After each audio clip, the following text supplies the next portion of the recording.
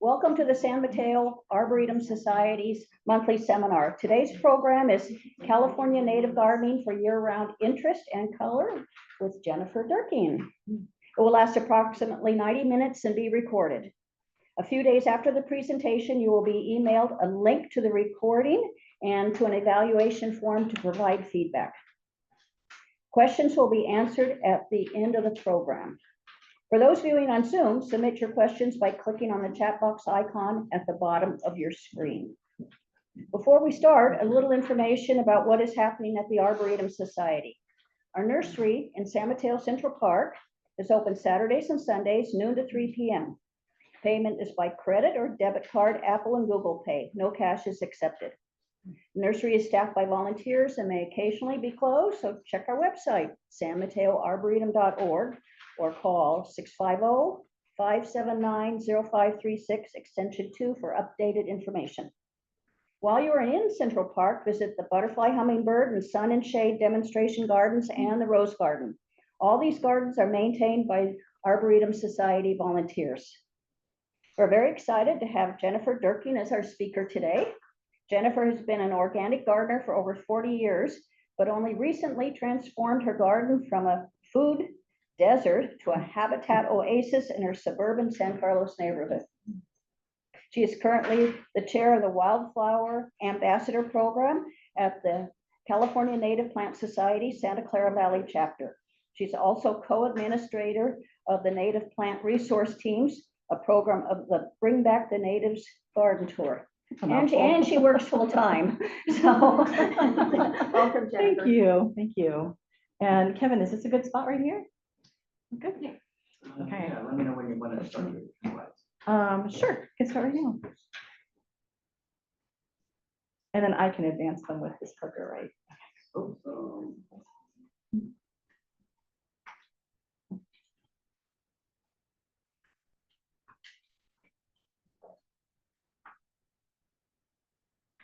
Oh, better you than me. Oh, great. Excellent, thank you. Well, welcome everybody. I'm really excited to see such a full house because native gardening has turned into a passion of mine over the past 3 years that I've been doing it, and I love sharing information with everybody else and hearing all your questions. The reason I take questions at the end is I'm going to cover a lot of information, and some of the questions might be answered during the slideshow. So anyway, these are, oh, sorry, there, here. Okay. Microphones in front. Okay. Look at So, that screen. okay. Okay. I cannot help it. I'm so used to doing that. Anyway, so yeah, so I will tell you my story very briefly, but Okay. there we go. I think I skipped a couple. Sorry. Wow. Trying to go back to the beginning. Oh, you know what? I'm sorry. Sorry, guys. So you got a preview. I'm gonna go back to, there we go.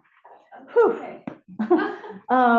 So why grow California native plants? Well, we happen to be sitting in one of the most biodiverse places on Earth.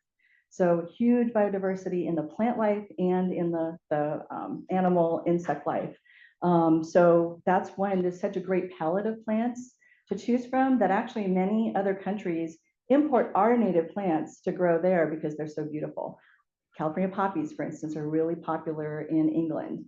And a lot of the farms in Europe use our native Phacelia for their crops as a way to attract pollinators. So why not use the palette that we have because it is so vast. Also, these native plants are developed, adapted to our native soil. And so when you plant, you don't need to worry about fertilizers and amendments and all that kind of stuff. You're pretty much planting into native soil, hopefully, and the plants will do well in it. Also, they're very water conserving. And as you'll see in a later slide, they're even more water conserving than other drought tolerant plants from other parts of the earth, because a lot of those plants, like my brothers in Sydney, are they get water in the summer. And so in many parts of Europe, I think it was raining during part of the Tour de France right now. So anyway, that's not happening here. It doesn't rain here. And then the roots go really deep. And so this is a real advantage in a place where we have lots of hillsides, we have erosion, we want water retention, we want things to be resilient, we don't want to have to use a lot of our water. So that's another really great thing about them. And then for me, the really compelling argument was they are the primary food source for our native fauna, for all of our insects and our birds. They're the primary thing that they need to survive. So that's essential to our survival as well.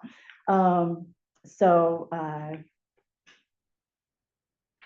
little bit of a delay. So California has a summer dry weather pattern, as I mentioned.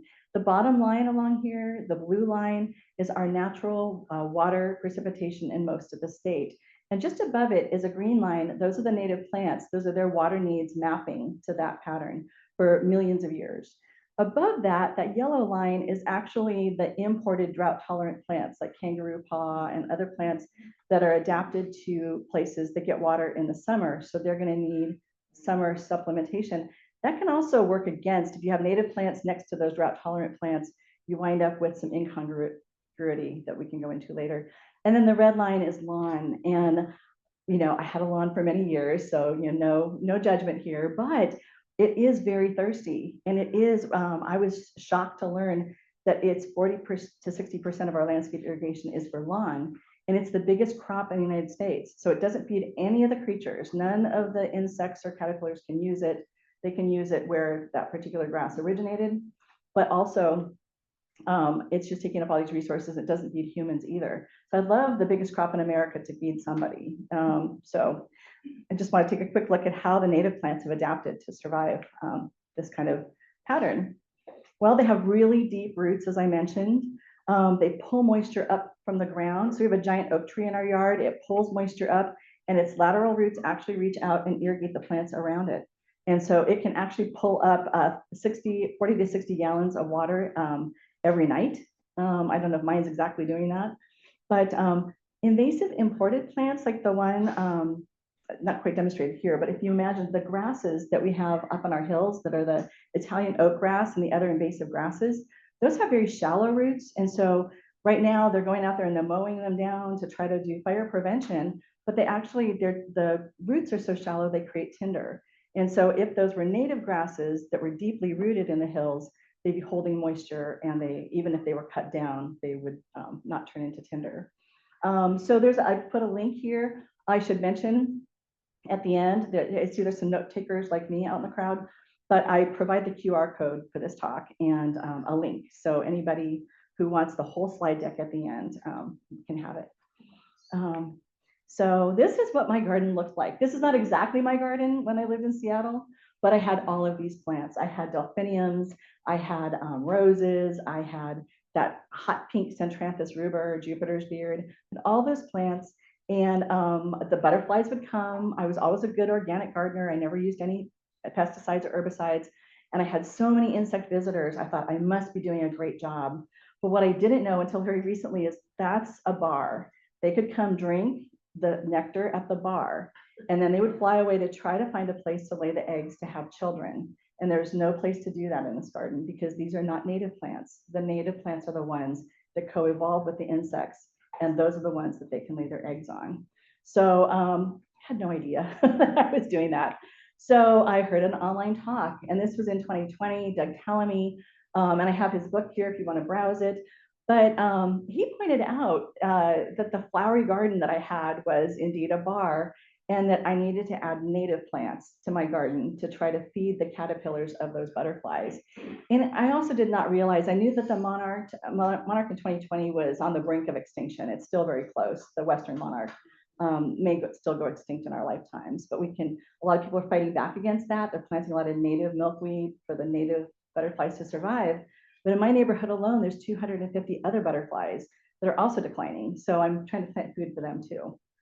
So I was really heartened to hear that we have the power to fight back against insect extinction in our gardens. And kind of to understand the role of the plants a little better, I included this slide. Because growing up, I always knew that plants across the world, every plant that we're looking at outside is providing us with oxygen, and that's a really important value. They're also sequestering carbon. That's a really important value. But what I didn't know is, like I said, the insects co-evolve with these plants to eat the plants and convert that sun's energy that's coming into the plant into an insect form. Preferably caterpillars are really the biggest converters of the sun's energy into food.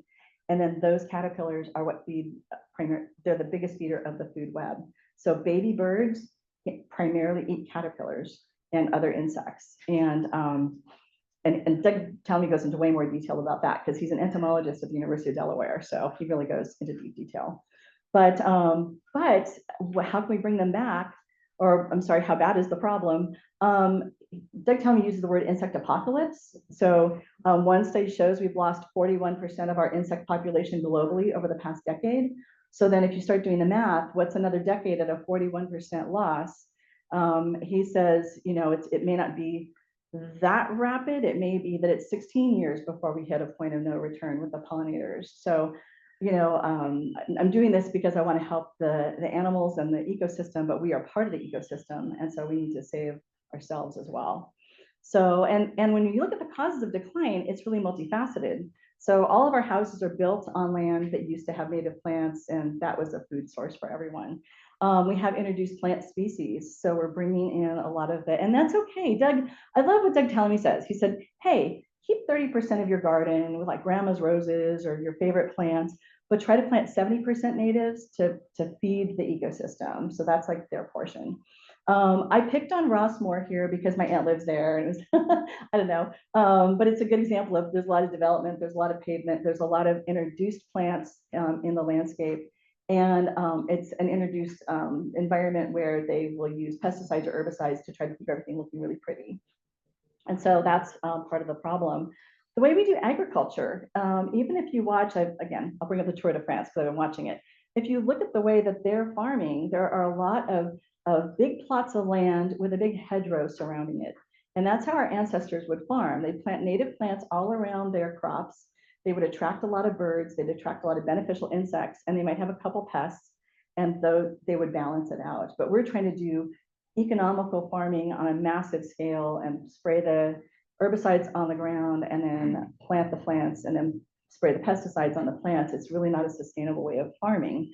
So that's wiping out massive amounts of insects, especially with some of the new insecticides that we have, the neonicotinoids.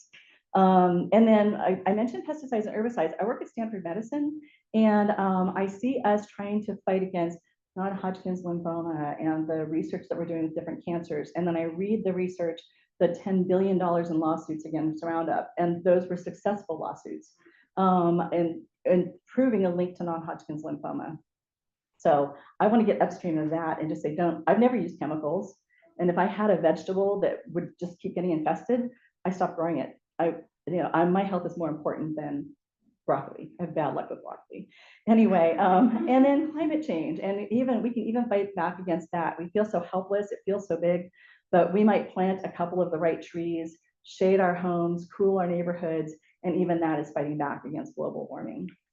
And I just like to go into sort of a visual. I won't go into every single plant, but on the left in green are all of the native plants that are really high feeders of caterpillars, the oaks, the cherry. We have a native cherry. All of these, and they're on the slides you'll get.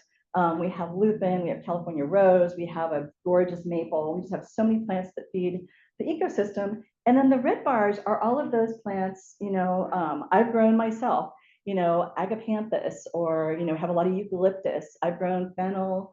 I've even intentionally grown ivy in my younger days. So all of those, though, they're not really, there might be a pest that eats them or a caterpillar that eats them, but it's pretty rare. Not a big. So I want to look at year-round gardening. This is the fun part. We've gone through all the charts and all the information. Now we get to actually look at the beautiful plants that we can choose from. And we're going to look at it through the lens of how do we provide food for the caterpillars? That's going to make more butterflies and moths flying around. How are we going to, that provides also nectar for the adult butterflies. The birds are going to feed the caterpillars to their babies.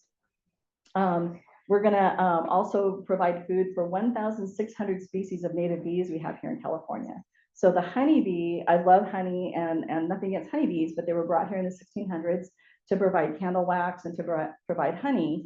But we have better pollinators here in our native bees if we give them native plants too that they coexisted with.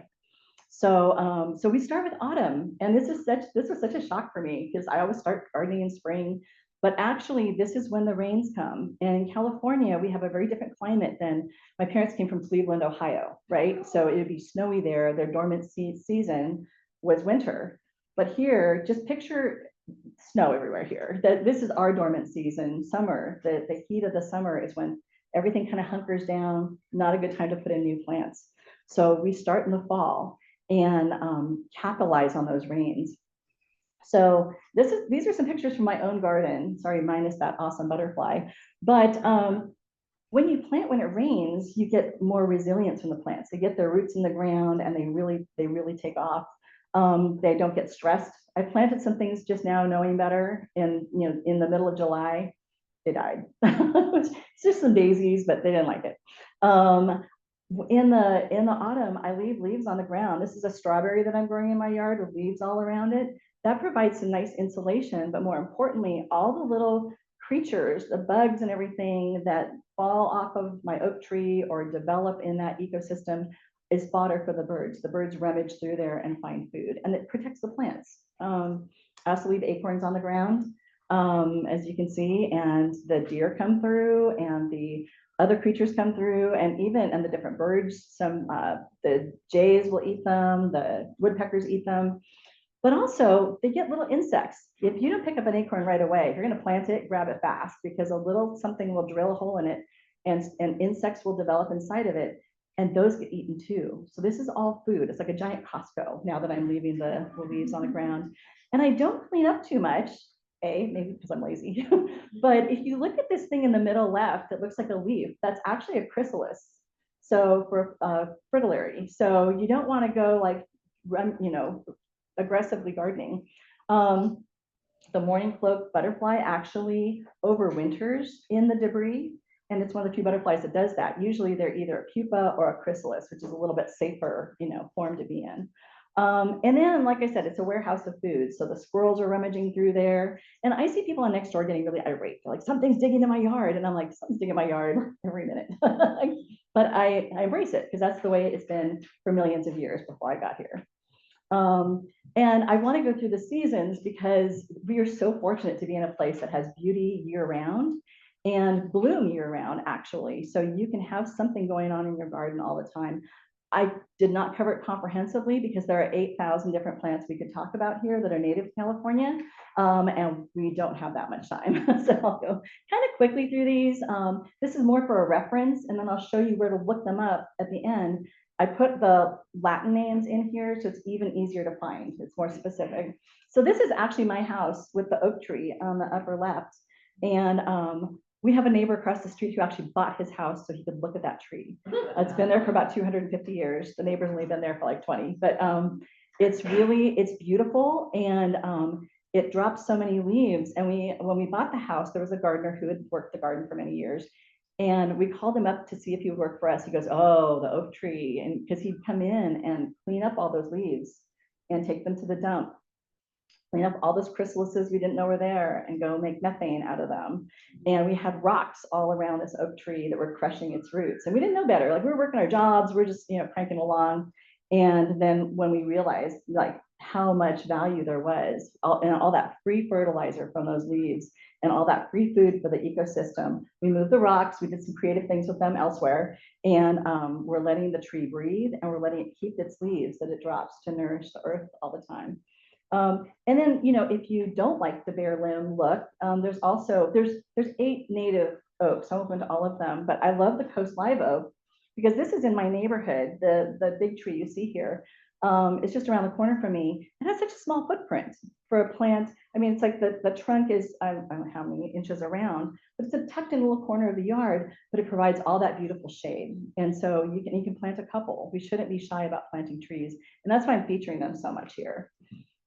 This is a maple over in SoCal near a soccer field where my grandson was playing. It's a native maple. It's too big for my yard. I tried to talk my husband into letting me do it, but it really is too big for our yard. But if you have a big space, plant a couple maples like this. They drop their leaves, their golden leaves, in in the autumn, and then they come back and just leaf out beautifully, and it's a beautiful form for a tree as well. I am planting a lot of dogwood in my backyard because that doesn't take up a lot of space. It needs a little bit more water than average, so I have kind of a low point that gets kind of a little more natural water than elsewhere. And then it has beautiful bark, and then beautiful, I took a picture of those leaves at the Woodside Library Garden, not too far up the road. You should check it out. It's a 50-year-old native garden behind the Woodside Library. And then the snowberries are, they're not a bird's favorite food, but they are still a popular food, especially in winter when the birds kind of run out of other stuff. And they're kind of cool looking. And I have a picture of the plant in spring before it loses its leaves, just so you kind of see its habit. It's kind of a nice ground cover, creates a nice mat. I love this plant. I gave it a whole page to itself. So in the fall, there's this really beautiful California fuchsia. And some people say it spreads. I don't give things enough water to go nuts. So I think if you're a little stingy with the water, the plants do fine. It also really pairs nicely. A neighbor planted it with deer grass in the background. So you have this kind of like fireworks behind the red, and the hummingbirds. I planted one originally in my front yard, and a hummingbird literally visited each of the 12 little blossoms, and then it flew around right in my face and it said, plant more. And so I planted a bunch of them now, you know, it's like a whole bunch of epilobiums now. And that someday I may get a big sphinx moth caterpillar on it, and I'm going to celebrate somebody munching on that plant. They won't munch the whole thing, but they'll turn into a super cool moth. So hasn't happened yet. I also just want to go back for a second and say, collect the seeds. So when you buy native plants that aren't hybrids, they're straight species, you can collect the seeds, share them with friends, grow them yourself. Many of them propagate very easily. It's fun for kids. So anyway, I just love looking at the seeds. Like, it's so strange to me how they form. And anyway, it's really awesome.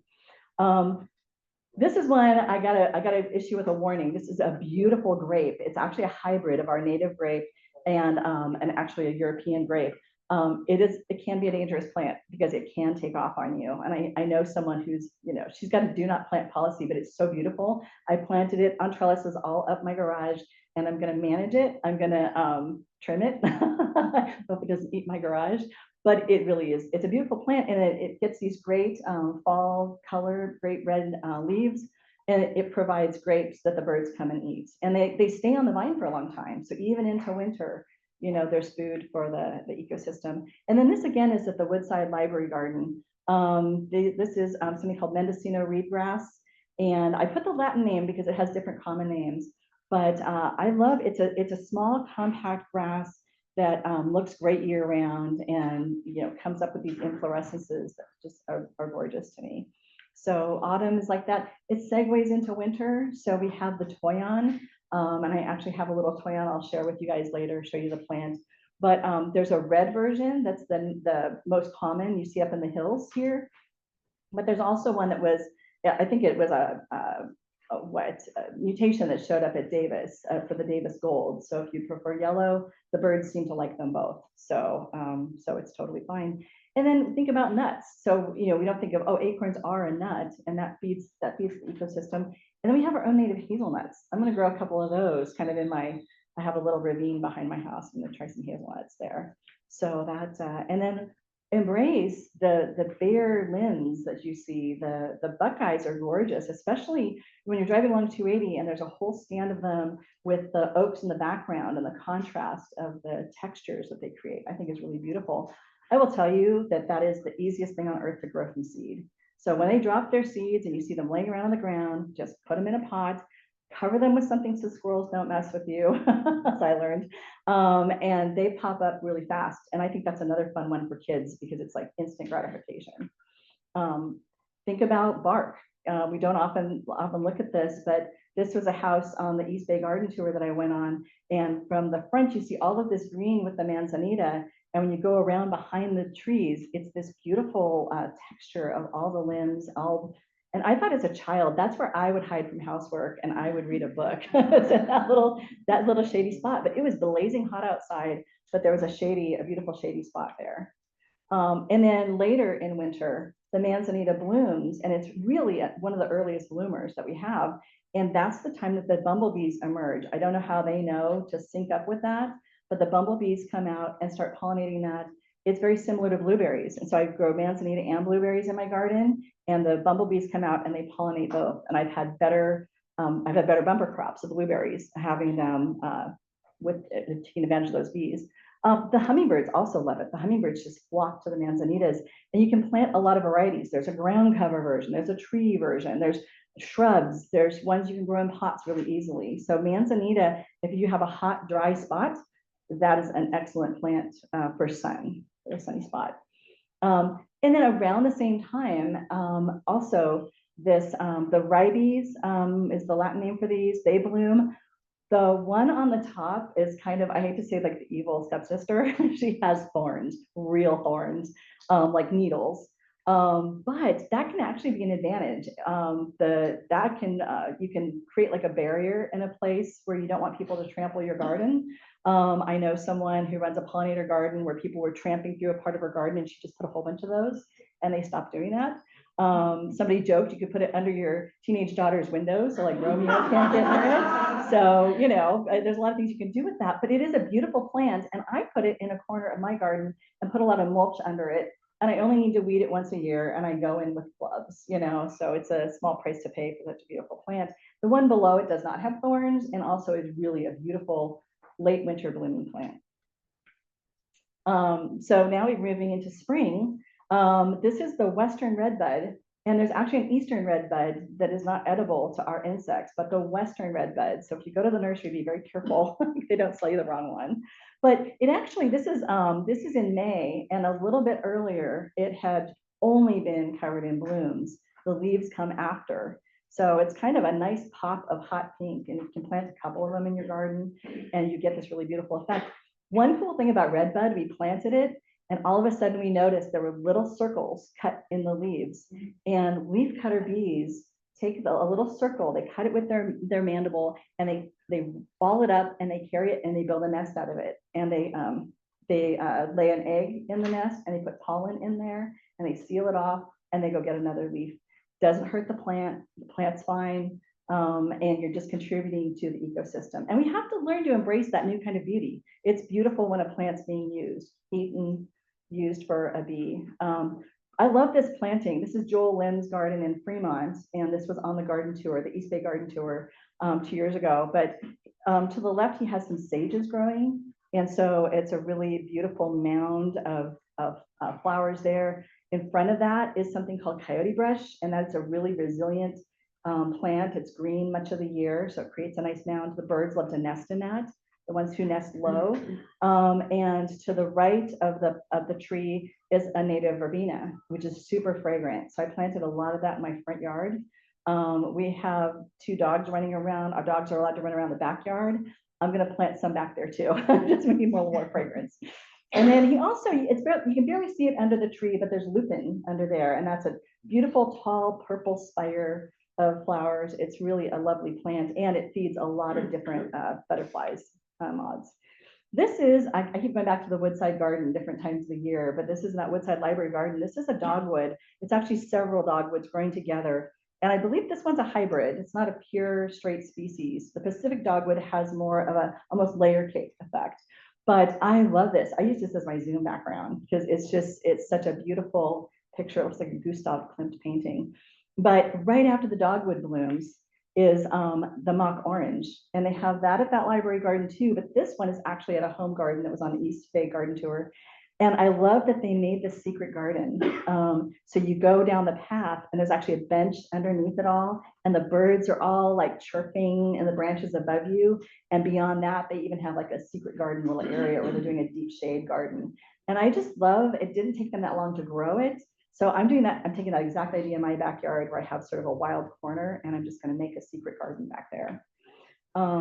And then spring, everything just bursts into bloom. We have bloom year round, but this is an explosion of bloom. And I kind of have a combination on the left side here of tidy tips on the upper left. Those are like a pocket of sunshine. If you get some of those seeds and scatter them around in your garden, it really makes like a joyful pop of color. And just below that is actually the Primrose Way Pollinator Garden. Architect Juanita Salisbury did a private garden and did a whole wildflower section. And so she just scattered a whole bunch of Larner seeds, similar to, not exactly the same as some seeds we're giving away over here, but you can get that wildflower effect in a nice little wild corner of your yard. And then to the right, those yellow flowers are from actually a rare plant. Nevins barberry has become very rare in the wild, but you can still get it at nurseries, and it's a really beautiful plant. You'll see the berries for that a little bit later. And then poppies. I gave poppies their own page. I have these moonglow poppies in my front yard that are just this iridescent cream color. And as soon as I planted them and they bloomed, we got a whole bunch of newbies, little tiny tripartite sweat bees, I learned, looking on iNaturalist. So these little bees showed up, and they've been waiting for something that would feed them, that would be pollen for their babies. So that was really awesome. My grandson Charlie took the picture of the poppies on the lower left, so he made me pay him a royalty. So enjoy that picture. he's a budding environmentalist himself. So anyway, and then the Mateo poppy, probably saying it wrong. That's actually the largest poppy, I think, on earth, or at least in California. It's a very large, beautiful, sort of crepe-like flower. People say it can spread, but my neighbor has it in a nice border in her front yard. It hasn't taken off on her. Again, with spring wildflowers, these are some that do well in shade. Only the purple Chinese houses need shade, but the others can thrive in sun or shade. So the tricolor Gilia, actually, when the bees are pollinating that, their scopiae are turquoise because the pollen is turquoise colored. It's really cool. And just below that is a type of Clarkia, the wine cup Clarkia. Upper right is the elegant Clarkia, and then down below it is the purple Chinese houses. So Larner seeds that I go to very often has a shade mix that includes these, and you can scatter that in a shady spot. Not deep shade like redwood shade, but dappled shade like oak, under an oak tree. Also in spring, there's this thing called bladder pod. I swear the miners must have named that because it's like California cleome is a much nicer name for it. But this yellow flower, it's got little pods next to it that are related to a caper. They say it's edible. I haven't tried it yet. Check your facts. But that plant, actually, I put it in spring, but I could have put it almost any time of the year. It's a long bloomer, and that means it has a long season for putting out seeds, and the seeds just pop out of the ground like nobody's business. So it's really easy to grow from seed. Lower left are strawberries. We have two kinds of native strawberries. We have one beach strawberry that has a kind of a shiny leaf that does fine in sandy soil and in the full sun. And then we have a woodland that's better in dappled shade. A friend gave me a whole bunch of strawberries, and I didn't know there were two kinds. And so I put the beach strawberries in shade. They're doing great. So, experiment, especially if the plants are free. And at the lower right, I love this plant. It's a Dutchman's pipe. And I actually have a garden sign over here that shows you what the caterpillar that eats that plant looks like. It's amazing. It's like black with red spikes, and it's really cool looking, and it makes a beautiful iridescent blue butterfly. So really great. And the plant drops its leaves, but soon after it drops its leaves, it comes around with these blooms that are just crazy. Like that flower looks like Little Shop of Horrors to me. So anyway, it's really a super cool plant. Getting into summer, I love, again, I've gone back to the buckeyes. We saw them with totally bare limbs, but they get these gorgeous flowers. And my husband says it smells like Hawaii. He doesn't know if it's like plumeria or what, but really fragrant, really beautiful. This is a house that was on the East Bay Garden Tour, and it's in blazing hot sun, and they have this beautiful shade. When you sit on the bench underneath that buckeye, it's 20 degrees cooler. And then they have a native verbena. It's a sort of a hybrid verbena lilacina de la mina in the foreground there. And that's, again, that really fragrant plant that I have in my front yard. More blooms. We have our own rose. This is important because it's open. When the roses have too many petals, it's hard for the bees to get to them and pollinate. This is a much better plant for the insects. The leafcutter bees like these leaves as well. Below that is a native aster. And those, I planted a couple of them in my yard. I'd say a space about half the size of this table, and they have now filled in really beautifully, and they're attracting a lot of insects and a lot of diverse bees actually on those. Upper right is monkey flower. That has a long bloom period, so like May through July or August. Again, feeds like a checker spot butterfly, has a lot of different butterflies that will eat it. And then down below is, I haven't grown this yet, but it's a columbine. We have a Western columbine that likes a little bit of shade and blooms in summer, and the hummingbirds really love it. It has a lot of concentrated nectar in that plant. I put a link for hummingbird gardening here, so when you get the this set of slides, you can click on that because it talks about a lot of plants that native plants that the hummingbirds love. We continue with buckwheats. This is not buckwheat, like I love buckwheat pancakes. This is actually a native flower here that Juanita Salisbury that I mentioned earlier, she calls it a disco on a Saturday night. She said so many insects come to this plant that it's always covered. It's always covered with bugs. I took a picture of that middle, really vivid yellow sulfur buckwheat. That's a little parustra moth on it that I saw at one of the gardens. And that also feeds the lotus hair streak, which is the green butterfly down below. And that bright red one, I actually have a sample of it right here. We'll talk about at the end.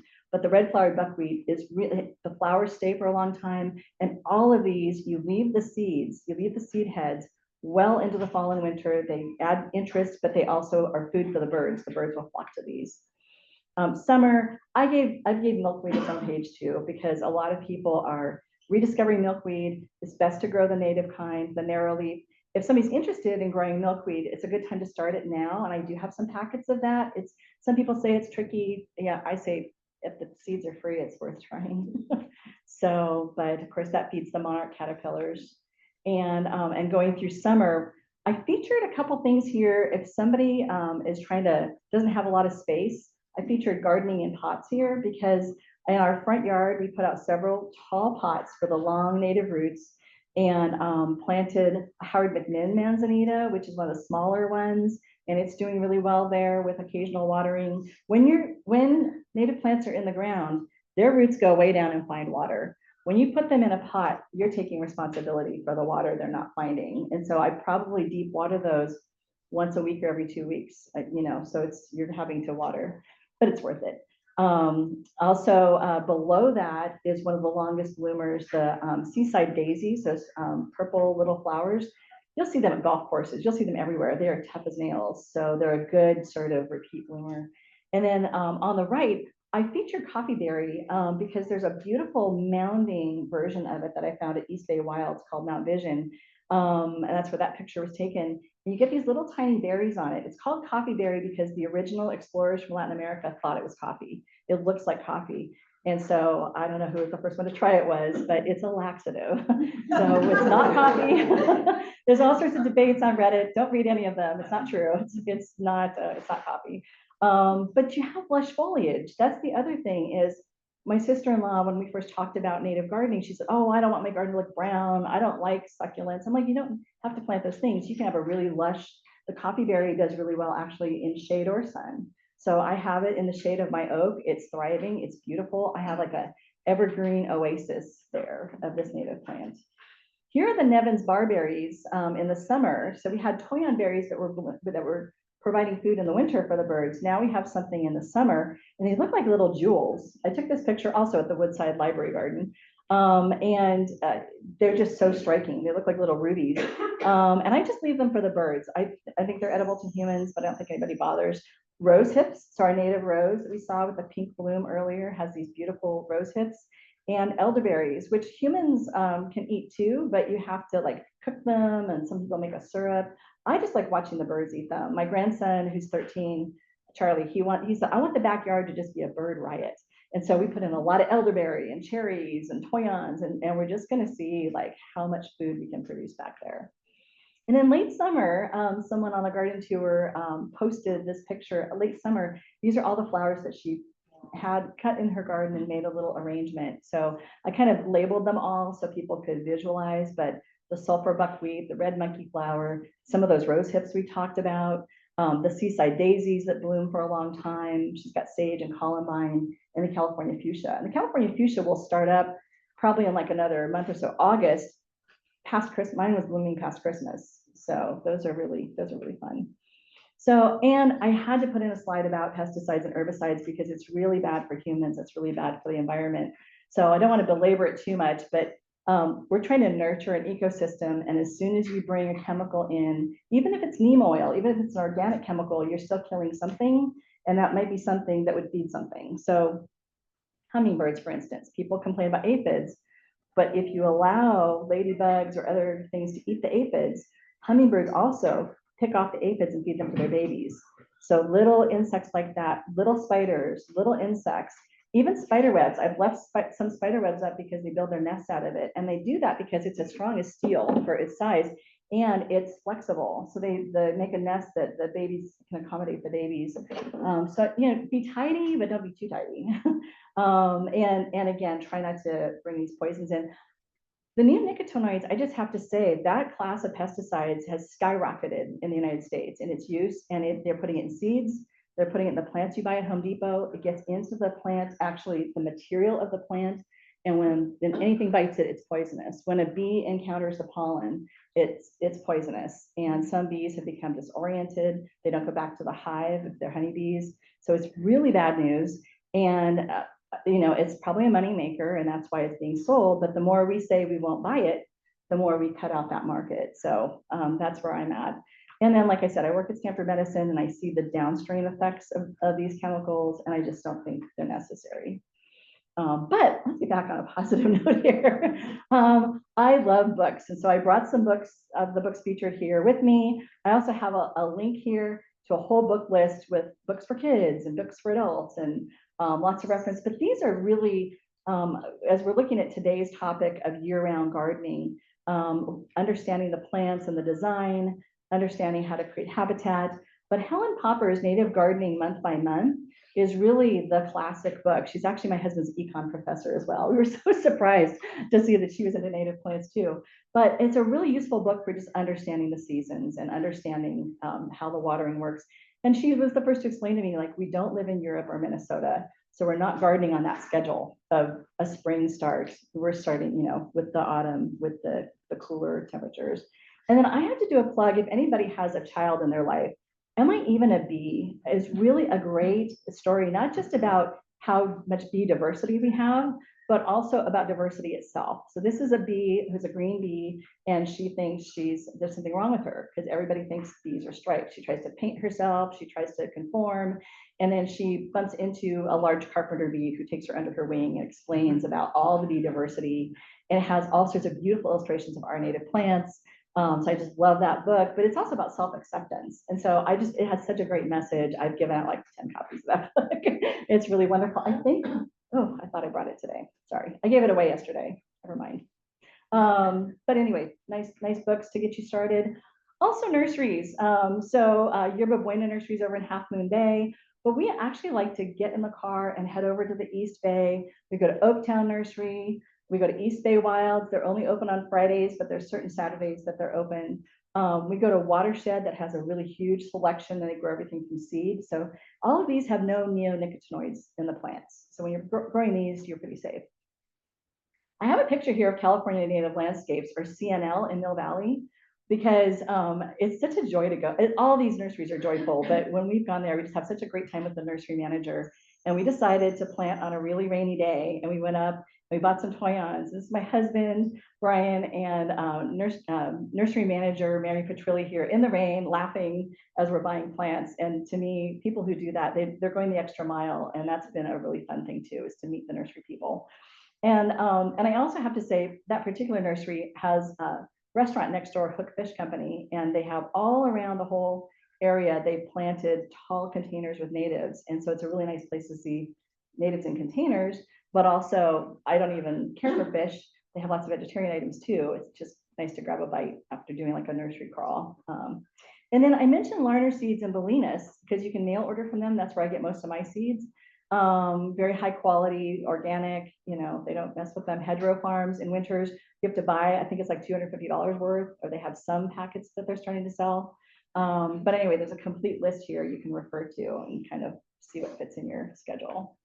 And then tools. I had mentioned looking up things native to your area. You can go to this website, cowscape.org. You can type in your zip code and you can see which plants are native to your area. And then you can click like, oh, I have shade. Oh, I have low water. Oh, I want something really easy. You can choose those options and it will narrow down the field for you. And then when you look up a particular plant, like a toyon, it will tell you all of the different things, what it needs, what it grows best with, what kind of environment it likes. And below that, my favorite part is it tells you all the different butterflies and moths it supports. And so, and they also have a cross-reference. You can go look up butterflies for your zip code and see what they eat. So you can go either way with that. I think that's really the best part. And they also have, you can create a plant list for yourself. You can go figure out which nurseries are carrying it. I always call the nurseries first because maybe somebody came and bought a whole bunch of something that day and they don't have it. Also, how many of you have used iNaturalist out here? Oh, good, pretty good showing of hands. It's amazing. It is complex. Don't be intimidated by that. There are videos on how to use it. I love this because I can, if I see something, I don't know what it is, I take a picture, like that little tripartite sweat bee. I would not have known what that was. It was just a bee. Put it on iNaturalist. The algorithm is pretty strong and it takes a guess, but then the experts see that somebody's asking about a bee and the bee experts pay attention to that and weigh in. And so people basically upvote that to like research grade after 3 people say, yes, that's actually a tripartite sweat bee. And then I troll through there for pictures that I can use in presentations like this. So if you just go and set the license setting to non-commercial, include their byline, you'll notice my slides, except a few taken by me, have everybody's information on there because that's the deal. You have to give them credit, but then you get to use any pictures you find. And there are some really amazing pictures and it's global. So it's like amazing pictures from the entire planet. So I really recommend using it both of those ways. And then there's like citizen science projects. And this is fun for individuals like us, but also for kids. If you have kids and you want to get them out in nature and get them to put down their phone or whatever, it's really, iNaturalist is a great place to collaborate on those things. And then final tool here, the Merlin app. I don't know how many of you might have used that. Yes, I see some enthusiastic yes. It's so great just to turn on an app and know what the birds are around you. And we've been using it at our house. We've seen a big uptick in the bird population since we planted natives. Our front yard has been native since January of 2021, but our backyard's only been native since this past January. So it's only been, what, 6 months now. And there's still a big uptick with all of those plants we've added. You can save recordings. I went to Australia to visit my brother. I got to identify all of his birds. It was really cool. So that was neat. And then beyond your own garden, like think about ways to engage and inspire others. If you get as fired up as I am, you might give a talk someday, don't be shy. But gather information from books, gather information from online sources. I give a lot of them here, both in this slide deck and on handouts over here. Explore. So it's a little bit late now to talk about the native garden tours that happen in April and May, but I put next year's dates up here so you can really plan ahead. They're free. They encourage donation, which I think is great to support them, but you basically sign up, get on the mailing list, get the information, and then you get the addresses like a week before or 3 days before. So they're not just throwing everybody's address out there either. And then come visit me. I'm on the tour over in San Carlos. So anyway, these are the ones, the East Bay and here. Oh, and I'm sorry, I'm gonna actually try to back up. I keep hitting the wrong button. I want to point out that these are 3 examples of native gardens. So on the upper left, you have one, I believe it's in San Jose. He's got a bench tucked in there with some monkey flowers and some heuchera, which is alum root. He's got some penstemons popping up there and some ribes in the background. So it's a really beautiful, lush looking garden. In the foreground is mine with all the moon glow poppies and the happy little, and that's a temporary thing, you know, so I interplant that with stuff that when that dies back, and the finches finish eating the seeds, then I have some things that are kind of evergreen there. And then at the bottom is actually another garden that's in San Mateo, Elaine Salinger's garden, and it has the lupins that I mentioned earlier and poppies growing together, and there's a manzanita. So when those other plants die back, you still have that evergreen foundation there of the manzanita. I include some more resources. I won't go into every detail of CNPS chapters, but there are local chapters to each of us. Right now, we're sitting in San Mateo County, and that's the Santa Clara Valley Chapter. It extends all the way up to South San Francisco. And so join, people are doing activities, there's other talks, and it's a really fun group to be involved in. And there's stuff like restoration. It's not all just gardening. So there's other things to get engaged with. And then you can join the native plant resource teams. This is brand new. It started last November, but this is something that started out of the East Bay Garden Tours because the woman who runs that was getting lots of people saying, you know what you should do? You know, you should I've got an idea. And she realized if all the people talk to each other about their ideas, or put together field trips, or put together groups about pollinator gardens, that there'd be more power in that. And that has rapidly grown from 90 people in November to close to 600 now. And every time we post a new talk or a new topic or a field trip, seems like we get another 100. So I think it'll be 1,000 by next November. So it's kind of like, and you can just lurk. I mean, you can just, whichever word to use on film here, but it's okay to just like just hear what's going on. And then something might strike your fancy and you can just hop into one of the group discussions or hop onto a field trip somewhere fun and exotic. So anyway, I really recommend that.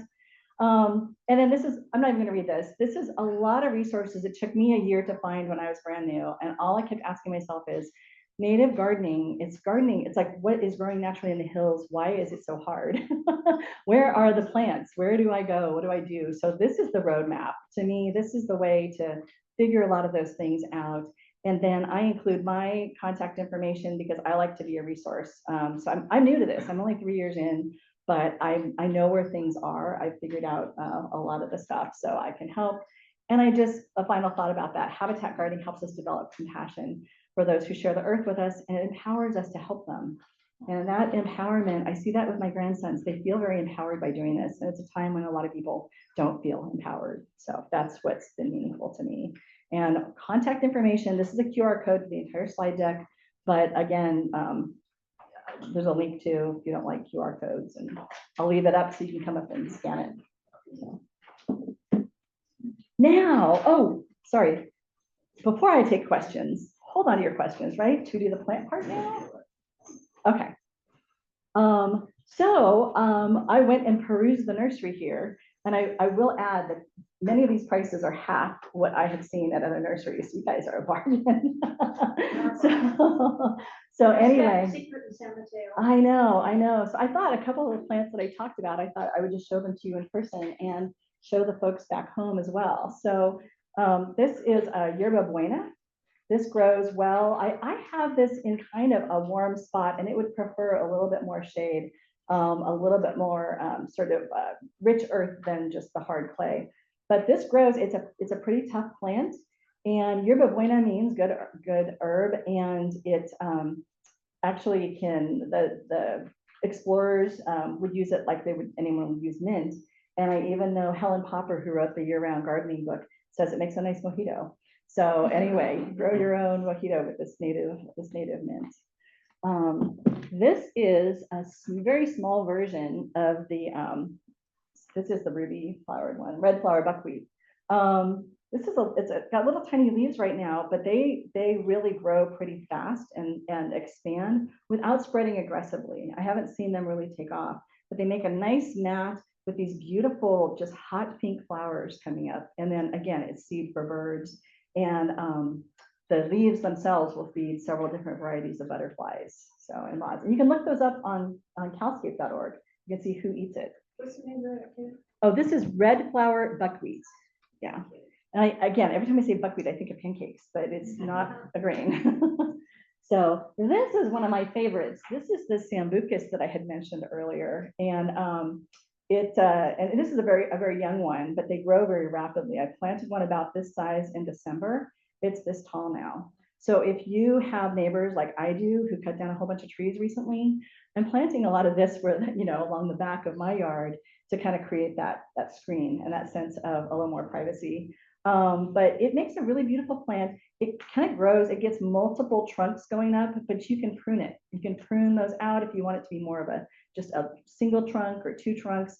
It gets beautiful white flowers, kind of like almost a golden yellowish white flowers. I think it might be blooming this time of year. And then it follows with the really beautiful blueberries, and the birds go nuts. I mean, I first saw this plant actually at CNL Nursery, a big mature version of it just covered in birds. And so I knew if I was going to plant a bird riot in my backyard, this would have to be part of it. And again, fast growing, so I'm not going to wait a decade or so.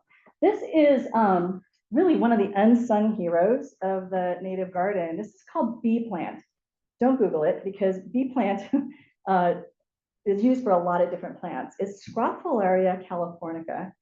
And don't write that down either, because I think it's in my slide deck. But this plant feeds several different varieties of butterflies, but also it creates a really beautiful green mat in dappled shade. And it gets these little tiny spires, almost like this, little tiny spires with little tiny flowers on them. And to the people, it looks very basic. It doesn't look very fancy, but the hummingbirds and the bees love it and they flock to it. So it's got a really high habitat value, both as a food plant, but also as a nectar plant. This I have planted. This is a heuchera. It's also, we have other imported versions of this, coral bells, but this is a native one. And I planted this all around my oak tree. Oak trees are not meant to be watered in the summer because there isn't natural summer rain. There are funguses, there are pathogens that develop in the soil. So when people have a lawn and then they have an oak tree and it's constantly being watered, they can get a fungus and it can fall on their house. And then they blame the oak tree, but it was actually just the unnatural circumstance that it was in. So I had to think about coffeeberry hates summer water. It looks very lush. Heuchera hates summer water, looks very lush. I planted these things around my oak tree. I planted some bee plant kind of a little bit further out because it likes a little bit more moisture. But if you really kind of go with the flow of what would happen naturally in the environment, it's so easy. Like I don't have to water, I'm not wasting water around the oak tree, and it looks lush. It looks really beautiful. So I had to do a plug for that. This is another favorite. I had mentioned the buckeye. Just when you plant the seed, the buckeye just flies out of the ground and starts putting up growth, and it's just an amazing plant. Like I showed you both the bare branches in the winter and then the beautiful flowers that you get. So anyway, so can't plant enough of those. Those are really great trees. And then I'm going to go to the toyon, and this is it's just a little guy, but these grow pretty rapidly. So the toyon is, oh, there we go. Yeah, it's got these very tough leaves, almost a little bit serrated on the edges. And anyway, it's a really tough plant. And you see it, again, if you walk up in the hills, you just see it everywhere. Sorry, I keep moving around, don't I? An interesting fact about this is when some of the first settlers came out, or original people moving into the LA area, they saw a lot of toyon everywhere. It loves that kind of climate. And it was just all over the hills. And they said, oh, it's holly. And so it's a fact, Hollywood is named after the toyon because they thought it was a holly. So anyway, that's how it's got its name. It's a sign for that. And then the last one, I'm less familiar with this. This is from the Channel Islands. It's not native to right here, but it is native to California, and it's a really beautiful plant. Got the little flower right here, and it's got a little pretty bloom. And it's actually, there's a whole bunch of it growing right outside the back gate of the nursery here, and it just makes a lovely mound. And both the hummingbirds and the bees really love the little flowers, and so they're attracted to that as a nectar plant. I don't know what eats it, but you can probably find that on Cowscape if there are local butterflies and moths that would use that as a host plant. And now I'm ready for questions, I think. I'm looking at Kevin. Am I ready for questions?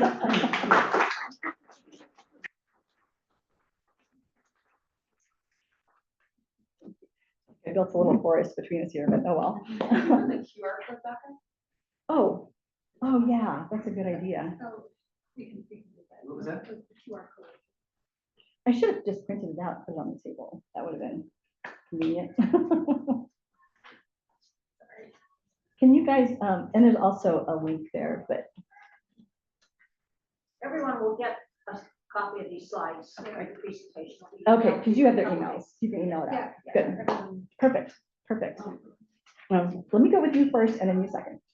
So yeah, we're talking about sort of forming a symbiosis between the plants and Yes. insects. Are there any potentially invasive insects that we might be fighting against, and how we can deal with that? Oof. Insects or other. Things are working out pretty well in my yard. I'm sorry, just to repeat the question. So as we create this great habitat, we're not using any pesticides or anything. Are we inviting in any invasive pests or other things that are going to throw things out of balance, or and if you're concerned more that we'll eat the good insects, or that are you concerned we'll eat your food? All Both. the above. I can't help you about food. But I mean, actually, I can't help with food. I mean, if I see a lot of like aphids on my broccoli, I hose it off really hard. I kind of lost that battle, so I stopped growing broccoli. But I haven't seen it in my own experience. It seems like things get into a pretty good balance. The one thing I have seen is people growing milkweed and getting a lot of, I think they're not native wasps. So they are, some of the caterpillars are getting attacked. And the way some people deal with that is to take the caterpillar inside, but if you start crowding them inside, they can get disease. A disease can spread among them. And so I've seen other people take like a butterfly house and put it around the plant and try to protect it that way. And that seems to work sometimes. Somebody did that and realized that they trapped the predator with the butterfly, with the caterpillar. So, but yeah, so far I just try to outplant. So if I see something getting eaten, I see a native plant getting overeaten by a native creature, then I plant more of that plant. So, you know, on a recent field trip up to Sebastopol, I bought a lot of apricot mallow, which isn't native to right here, but it is feeding some caterpillars in my garden. And it's right near a chickadee house I just put up, and the chickadees moved in, and the chickadees have been pulling the caterpillars off that plant. Clearly not fast enough to save the plant, but they're feeding it to their babies. So I'm just like, I'll just plant more. And so it's been my solution, but good question. Okay, put a pin in that one. Did you have a question? Yeah, I have a question. For those of us who don't have any land or kind of an apartment complexes, what would you start with on your native plant journey? I know you made some container plants. Yeah. Kind of start with If you have less space. Yeah, well, I really do recommend, and there's actually, you can Google around for a video by, oh, the question again, yes. So for anyone who is in an apartment or doesn't have land, what can you do to get started? And I have two answers to that actually. So if I'm looking for a good container plant, I found a really good talk by Pete Bayou of East Bay Wilds, and he talks about a lot of different plants that do well in containers, and I would look to that first. In my own experience, I planted some small manzanitas. The Howard McMinn is a good variety for this. And I also planted some monkey flower, thought I killed it, it came back. So that's a, you know, maybe. And I've also had good luck with penstemon, which is surprising. I think if you get the right kind of soil, like a cactus mix in there that has good drainage, then some of the plants that don't like the roots to stay too wet will do fine. And then if you're growing things from seed, I have to tell you, the little packets of seed I'm giving away free here, my husband took a packet and we had a pot about this big, and I thought he would just sprinkle a little bit in there. I didn't warn him, and he put the whole packet in there. And this was 1.5 years ago. And those little plants, the perennials, they came up, they survived, they've barely been watered, and they're just in there right now saying, help me. So I need to transplant them, but you could sprinkle some of those in a pot and see how they do, but give them some space maybe. So yeah, container gardening can work. Yeah. So we have the opposite problem. My husband and I have a huge backyard. We recently bought this home, and the previous owners definitely used a lot of herbicides to keep all the weeds down. So we currently just have a lot of dead weeds. We're starting to plan for the fall. But something I've been really wondering is how long are those herbicides going to be lingering in the soil? Like, do we need to worry about, you know, anything new that we plant? I don't know. Yeah. I personally, oh yes, sorry. So for somebody who has a large property and has a lot of space with a lot of weeds that they know have been treated with herbicides. And so I'm hoping that you have dead weeds because it's hot and they're dying because it's dry, but hopefully there's not a lot of residue. You didn't use any herbicides. You didn't use any herbicides, but yeah. And I know I moved into a house once where I actually found a half-used jar of DDT in the basement. So I knew what happened to that land. And so I did raised beds for my vegetables and stuff, so that at least I was controlling stuff like from this height down, those roots. And then with the native plants, I think you can kind of hope for the best. You could, again, this is me just guessing, you could mound soil. Like we actually bought soil at Linkso and built some mounds in our yard. And so maybe that, like, the chemicals would be so far down, you'd have some little hills to plant on. Jennifer, may I? Yeah. That? So a lot of the herbicides, and they have different half-lives, so it's hard to know unless you know specifically what to put. But a lot of herbicides will remain in the soil for a lot longer. But when they're either exposed to sunlight or exposed to water, their half-life is much shorter. So you could, kind of put some water. Oh. Okay. Oh, try to soak it out. That's great. No, that's great. Yeah. I like, good luck with that. We have a couple internet questions. Oh, yeah. Okay. Oh, sorry. They're right in front of me. Yeah. Herbs and spices. I am not, my expertise is all around the native plants. And so like, as far as herbs, like I mentioned yerba buena, but I think that maybe one of the master gardeners here would be a better person to answer about herbs and spices, or rosemary grows great here. Rosemary would probably be compatible with a native garden because it's so drought tolerant and tough. And I have lavender in my own garden. So Doug Tallamy says, again, give 70% to nature and do what you want with your 30%. We've gone mostly native, but I do have lavender still because the goldfinches really love those seeds, and the bees still come visit it, and the hummingbirds. So that one has a bye. So, but I don't know. Do other people have ideas about good herbs and spices for here?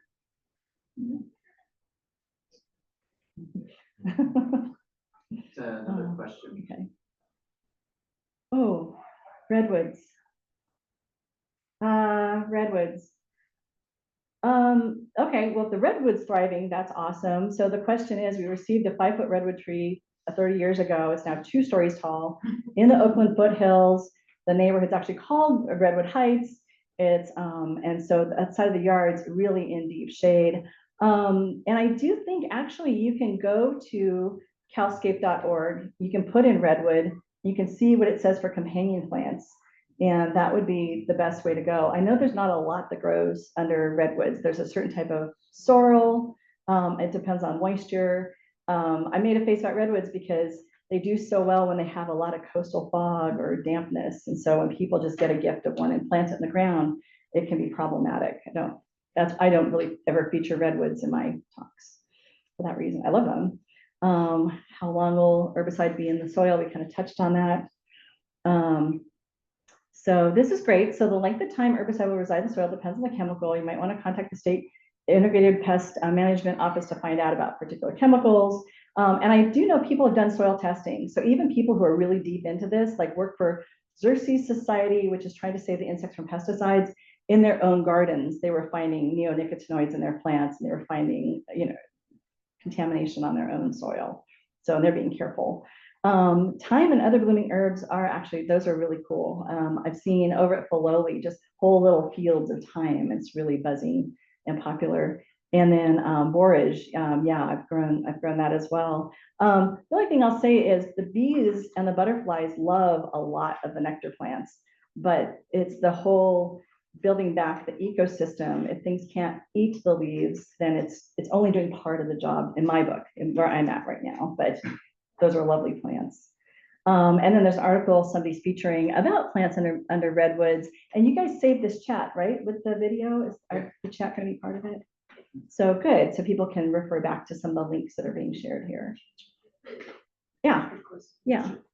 So you don't recommend putting amendments in the soil that the soil itself should be good enough? I say that with a caveat because I've known people who have done it. Oh, sorry.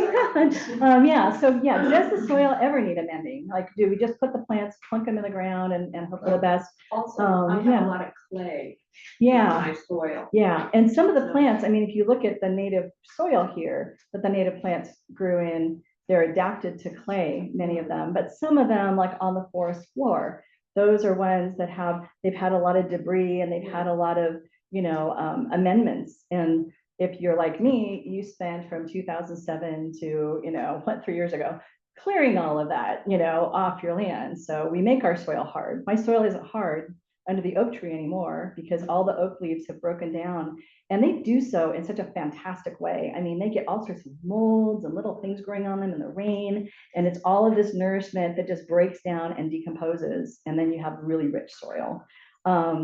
I think you might look at the particular plant. So a manzanita probably wouldn't like it. A manzanita, if you just go up in the hills, it's in that rocky, dry soil, etc. That's pretty hard soil.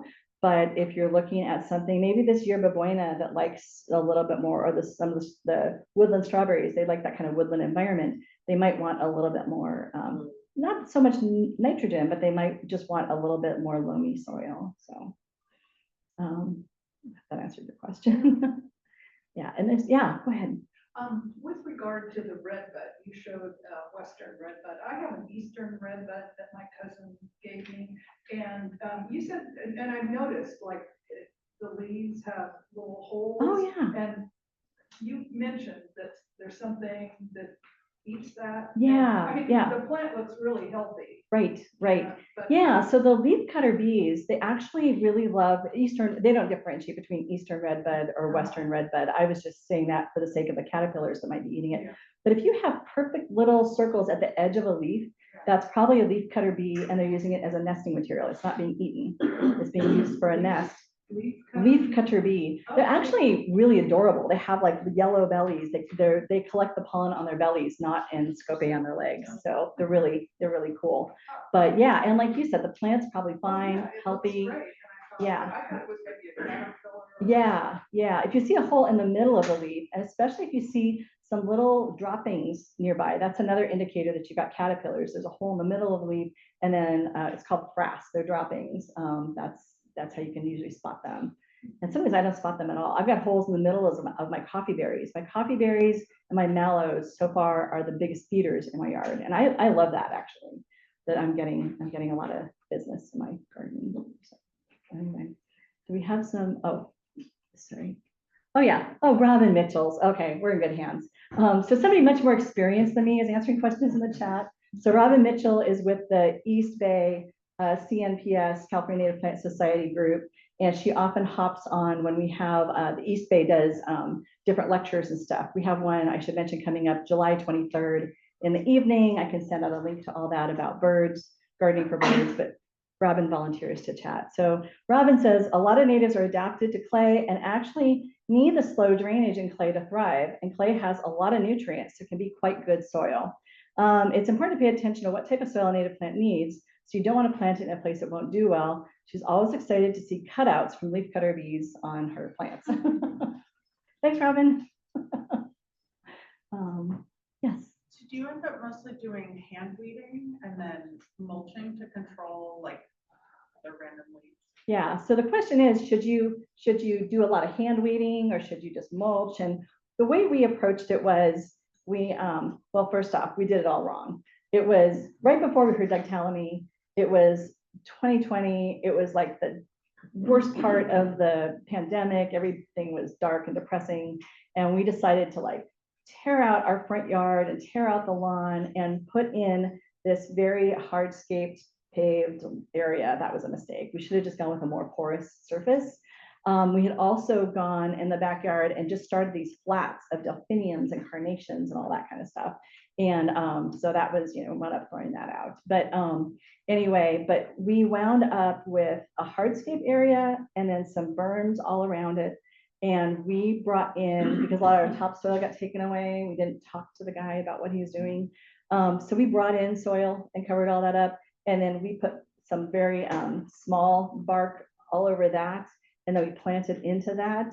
And that really kept a lot of the weeds at bay. And then as the oak tree dumped leaves on it, we actually, like once a year, we might put a little more bark over it because like we're on the garden tour and you want it to look nice for the people, but I might not even do that if I didn't have company. So anyway, we don't weed very much at all. I want to make that clear. Like in our yard, the places that were hard clay have softened up, and the places that had a lot of ivy, it tries to come back. But when I pull on it, it can't hold on to anything. So it's really, I weed, I'm a really lazy gardener, so it's really easy. Yeah. I also just bought a house with someone have a dead yard where I think if the dirt looks horrible, like I don't think there's soil and there's a whole lot of it. However, I was thinking in the front, I have a lot of like dead weeds that I think used to be a lawn. And I'm wondering, do you have any suggestions for ground cover? Oh, okay. Like native ground Yeah. cover where it wouldn't be a lawn, but would be fairly Yeah, tolerant. yeah. And I have 3 boys, so Ah. they would be running on it. Drought and void tolerance. So the question is, if you have that dead lawn or that patch of weeds, is there a good ground cover that you can just cover that up with? that again, you can treat like a lawn. So like kids can run on it and things like that. I have heard of people planting something called Lippia. There's a native plant that forms a dense mat that does get flowers. And so if kids are running on it, like I would do as a child barefoot, they might step on a bee. But that's one that I've heard of. I've heard of people using yarrow, but the yarrow that I've been growing gets these very tall stalks of flowers. I don't know if you have to cut them or if there's another type of, I'm looking at the chat to see if Robin's gonna pick that one up about ground cover. But there's a bumpy lawn. There's a native red fescue. You'll see some people that have kind of a bumpy lawn. It's a very drought tolerant lawn. And I don't know who eats it. If there's like little skipper butterflies often eat grasses, but anyway, that could be a nice option. With yarrow, you know how it gets the Yeah. fall flowers. Yeah. You can mow it. Oh, there you And go. then you don't get the flowers, so you can treat part of it. I'm trying it. Yeah. myself. Oh, great, great. Yeah, let me repeat that actually for anybody who might have missed it, but for the people online, but basically one of the audience members is mowing her yarrow and is treating it like like a lawn. Well, I haven't gotten that far. You haven't got that far yet. Oh, okay. But But it is, that's what I've heard is that, and you can leave parts of it so that it does flower. yeah, And then just mow the rest, yeah, yarrow is a really beautiful flower too. It's a nice, and then you get all the beneficial. yeah, get all the insects. insects. You bring all the ladybugs. Right, to right. your yard, so then you don't have to worry about aphids. Yeah. Robin has a reference. Oh, Robin, here's an article from the California Native Plant Society about lawn alternatives. So there's an article you can refer to. And again, when this comes out, the links will all be here. So you can refer to them. Thanks, Robin. Oh, good. Good. As far as avoiding plants containing the Nicotinoids, neonicotinoids, yeah. is that something that's usually disclosed by the seller? Like if you go to Home Depot or if you on the little tag like contains neonicotinoids or I think they're not required to you do have to that. you have to like trust your source. It's gonna take some legislation to get that to happen, I think. So it's not disclosed, and often you call a nursery and they say, I don't know. And again, I'm going so far on the natives that I go to the native nurseries and the ones that I know and trust. And East Bay Wilds is growing a lot of stuff from seed, and Watershed's growing a lot of stuff from seed, and California Native Landscapes in Mill Valley is being really careful about where they source things. So I think, going with the trusted vendors and growing your own stuff from seed from a trusted vendor. So again, some places are treating seeds, but like Larner's isn't. So, and Larner's has a big selection of California natives. So I go with that and hedgerow, some of those. Yeah. Do you deadhead your monkey flower and your penstemon? How do you manage? Yeah. So good question about maintaining a native garden. And there are a lot of different ways people approach this. So I know some people go out and they do a lot of deadheading, or they love lots of cut flowers in their home. And so they go out and some of them make really nice cut flowers. Or when do you cut back goldenrod? Because goldenrod goes to seed and it's just sitting there.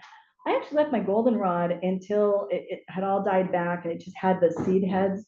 I waited until the seed heads were completely consumed. So like the birds had eaten everything. And then I went out and I'm really a lazy gardener. I'm more of an evangelist than a gardener, to be honest, but the garden looks good enough for people to want to replicate it, and the creatures are happy. And that's I look at it like a restaurant. So I have a restaurant and the customers eat this food, and I want to provide abundance for them. I'm not one of those restaurants where you get like the little cube of something with a little sauce on it. I want like spaghetti or something, I want to be generous. And so that's maybe a way of looking at it, is like leave everything as long as it's in the front yard, as long as you think your neighbors can stand it.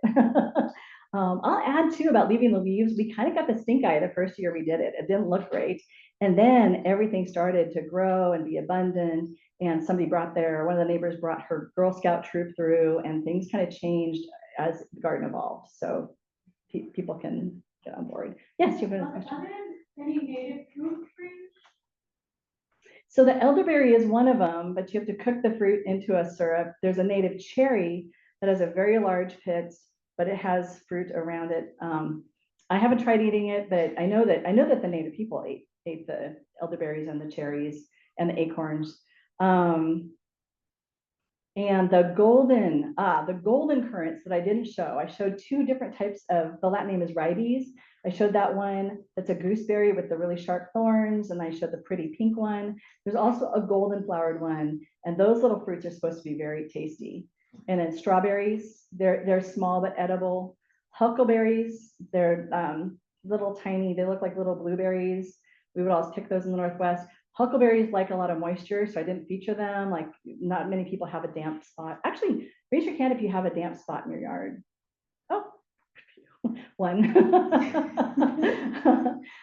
Yeah, so huckleberries or dogwoods would be happy in that kind of environment. But I think there's probably, I'm looking to Robin Mitchell to answer this. I think that there's probably articles or presentations about foraging, and yes, there's a CalScape page about Lipia, and then there's also more about Lipia here.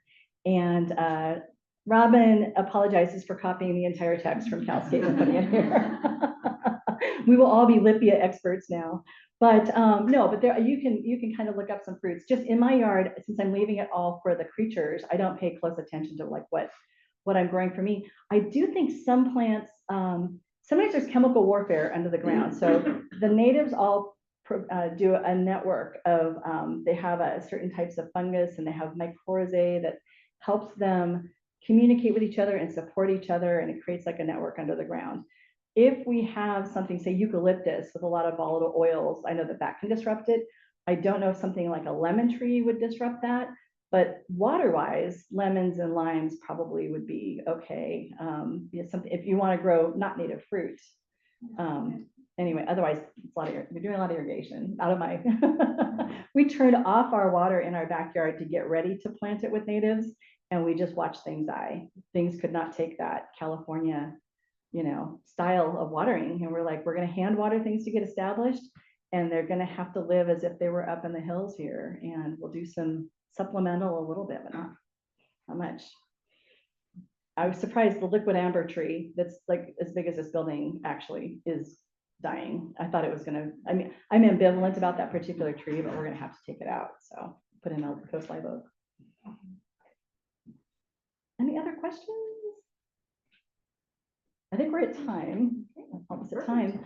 Before you guys go, if you haven't already come up and taken some free pollinator seeds, this is like a perennial mix with some annuals in it that just gives you a variety of different plants to try. There's a handout with that. There's some books to browse. And there's a box with different signs that show like different plants and the butterflies that they feed. So that's caterpillars. And if you have more questions, like feel free. My card's here. I'm not actually a landscape architect or anything. I'm just a loud person. So I'll answer questions, or I'll help direct you, or I'll connect you to Robin, who really knows a lot more.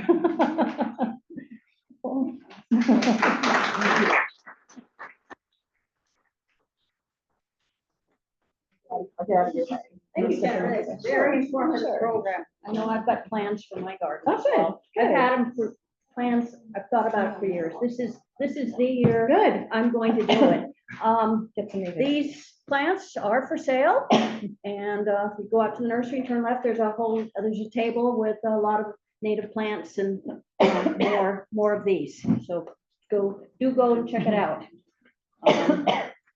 A few days, all attendees will be emailed a link to a recording of this presentation and the evaluation form. Any unanswered questions can be addressed at that time. We appreciate your feedback on what worked and where we can improve, and what programs you'd like to have us host in the future. And so our next seminar is going to be on Sunday, August 4th. Will be how climate change is changing our plants with Frank Nickley. He's a just recently retired professor down at Foothill College, and he's excellent presenter. And you can register on our website, sanmateloarboretum.org/classes-events. Also become a member of the Arboretum Society and receive a discount on workshops, variety of nurseries and businesses on the peninsula, and a 10% discount on all purchases in our nursery. We also have a variety of volunteer opportunities in the greenhouse, nursery, much more, education committee. We'd love to have a new team member. And so let us know on your evaluation form or talk to me afterwards. And a huge thank you to Jennifer Thank you. again for Thank today's you. program. Yeah. And to Kevin, our president, and Thank you. Archana for the technical part of the program, and to the education team, Pat and Francesca. Yeah, And thank all of you for joining us today. Thank you. Program is now finished. Thank you.